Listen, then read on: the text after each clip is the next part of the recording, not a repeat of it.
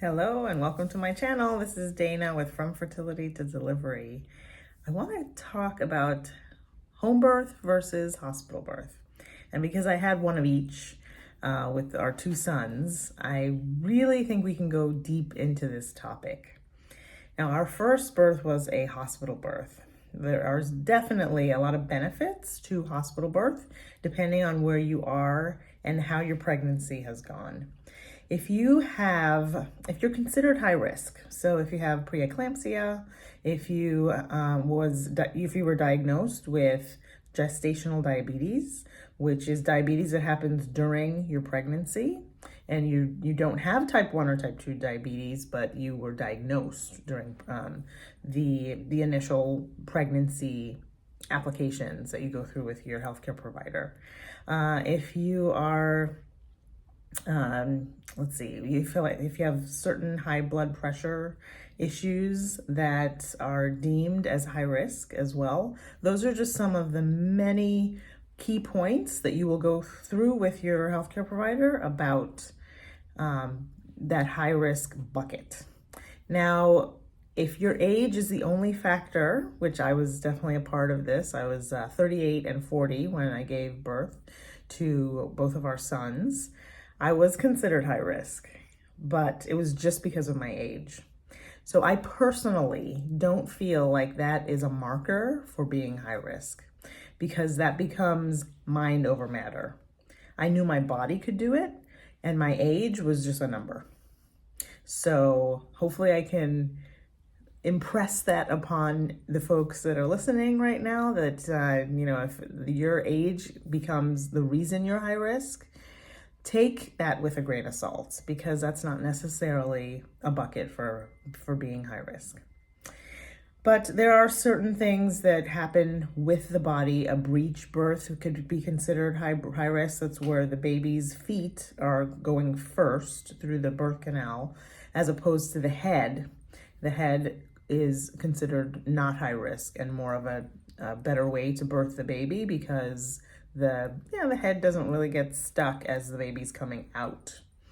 Almost like a cone shape. If the feet are coming out first, there's a possibility for the head to have some sort of injury as it's coming through, even though there's been many successful breech births that are home births. So let's unpack this. What are the differences? So I'm going to start with the hospital birth. Some of the benefits that I felt when I went through my hospital birth was that I was, in the hospital. If anything happened, I was in the right spot. I could get the treatment, I could get the care, I could get the surgery, whatever I needed. It felt good for me, but as I moved through it and I went through the Blissborn hypnobirthing classes, which is what I teach now, and that's a big part of my platform and my services that I provide, I went through intensive training before birth. Many mothers go into birth thinking, okay, I'll just take a Tylenol, I'll get an epidural, and I'll just trust the system. And without knowing what the sensations feel like, what to expect, what it looks like as the baby's going through the body, all of those things are explained in the class. Then we also go deep into the fears that you have and managing all the sensations that come through. And the best part is that we encode a certain amount of time, 5 hours or under, for your birth. So 80% of the women that go through the Blissborn hypnobirthing class, they have births under 5 hours. Mine was 3 hours and then 2 hours.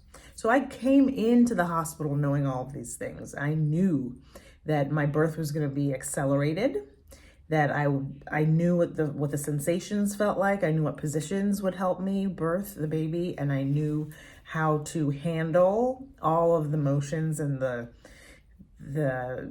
waves of energy that was moving through me. So depending on how much you prepare for the birth, and there's certain ways to prepare. Breathing exercises like Lamaze, that's good, but that doesn't really go deep into the subconscious. That's a very surface way to get ready for birth. And that's really the biggest one out there. Oh, just take a Lamaze class. Well, that's not really enough, because of the programming that we've been through in our society, in Western society, more so than other societies, we have a lot of fears around birth. So what happens when you have fear around birth? It crunches you. It like makes you stop. Your labor stops basically. And that's really concerning. So being prepared for birth is wonderful. So if you do have a high risk birth, I would suggest a hospital birth. If you have a network of healthcare providers that will only do hospital birth and you're kind of stuck because you do want to have them on your team, that's another reason to have the birth.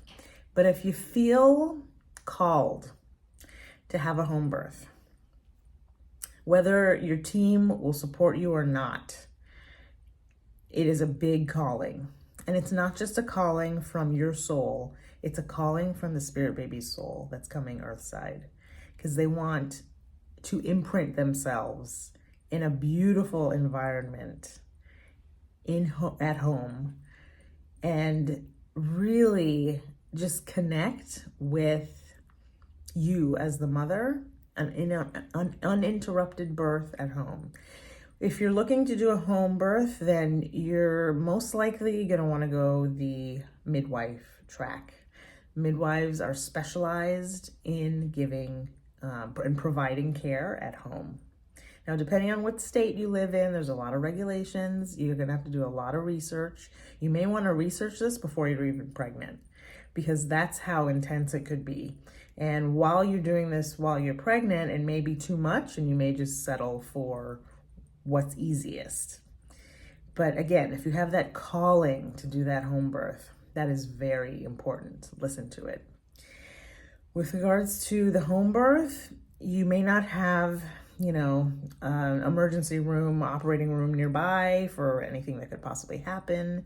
You may not have certain medications, but the idea with the home birth is that you are the medication, that the oxytocin that you create in your pituitary gland in the brain is going to be your medicine for everything.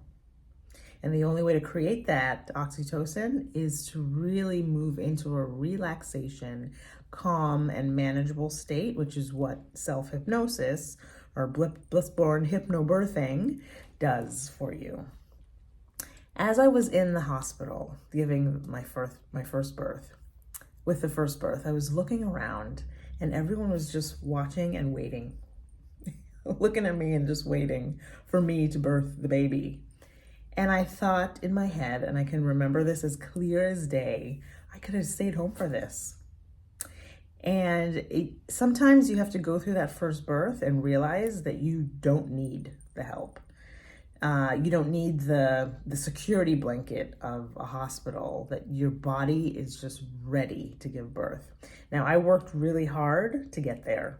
So that is something I will say. If you never took a birthing class, a childbirthing class, and you're just going to do a home birth, really consider making sure your mind and your mental capacities are ready for that home birth, because labor, it doesn't happen between the legs only, it happens in between the ears. This is what's in charge of your labor. And of course, the support system that you have around you, and your midwife, your doula, things like that. So if you do have a home birth, make sure that you do a lot of research on home birth. There is a podcast called Birthing at Home, Doing It at Home. And it's a really great podcast. They have over 500 videos to listen to, or audio chats to listen to. And it's a really good way to connect with a visual of what the home birth could be like. Also, get a great team together. Have a wonderful midwife that puts a really high importance on your needs and creating an environment that you can have that special, beautiful experience at home. Also, you could look into a doula. Doulas are wonderful assets during birth. They come in, they calm, they soothe. They're there for mental and physical support. They have gone through, many births, most of them. So they're able to know what to expect. They're able to connect whatever your needs are, they're there for you. And this is a trained professional, so definitely consider that. In our Blissborn hypnobirthing classes, we have you identify a partner, and then that partner becomes your doula, not a certified doula, but someone that can help identify what the needs are in the room while you're focused, while you're in that headspace, that game playing headspace that you need to be in when you're giving birth. Your partner, whoever that is, that could be your mother, your husband, your actual your soul partner, the father of the baby, the mother of the baby, whatever your situation looks like. The second mother of the baby is what I'm talking about.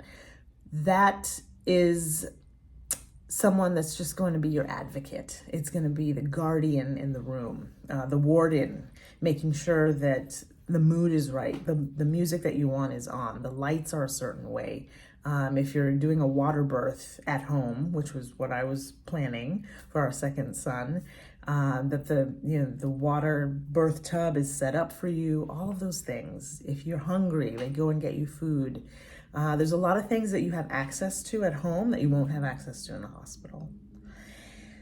But the environment is different. You just feel so empowered when you're at home. So with our home birth, it was almost a free birth. And a free birth is where you just kind of wander out into nature or stay at home and you give birth on your own. You catch your own baby. There's no professionals there or healthcare providers. So there's a real large gauntlet of what birth looks like. I wasn't planning on that, trust me. But when the babies come 6 weeks early, you just gotta make it happen. So, and I've talked about this before in a lot of my videos, but I was about to walk towards the door and the ambulance was to go into the car to go to the hospital, and I couldn't make it. So my husband called 911. We actually have the whole audio of my birth on a video, and I'll link it in the description so you can hear it. It's a 911 call. So as the 911 operator is helping my husband with everything, I am just zoned in with the birth, and that was fantastic. So basically, focusing on what you can do to empower yourself with this birth, it's important. And please keep in mind that no matter where you give birth, you're going to want to just know that you can handle it. If you are in a car, you're in a parking lot, you're on the subway headed to the hospital. If you're stuck in traffic, who knows what it's going to look like. If you can't get out of the door, like physically, like myself, and you just get on your hands and knees and you my wish for all the women that are out there is just know that you are prepared to give birth, that you can do it no matter where you are.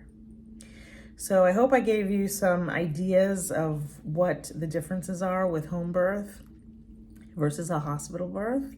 I can have some more videos just talking about the details, and I have made a lot of videos as well talking about the details, but just wanted to shed some light on this subject.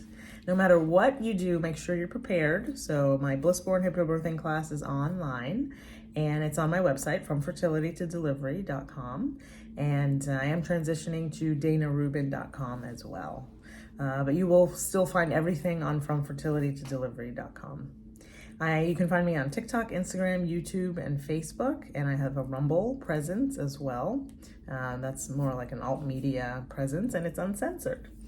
So thank you so much for being here. Ask me any questions, send me any message, drop a DM in here, and let me know what you're going through, how it looks as well.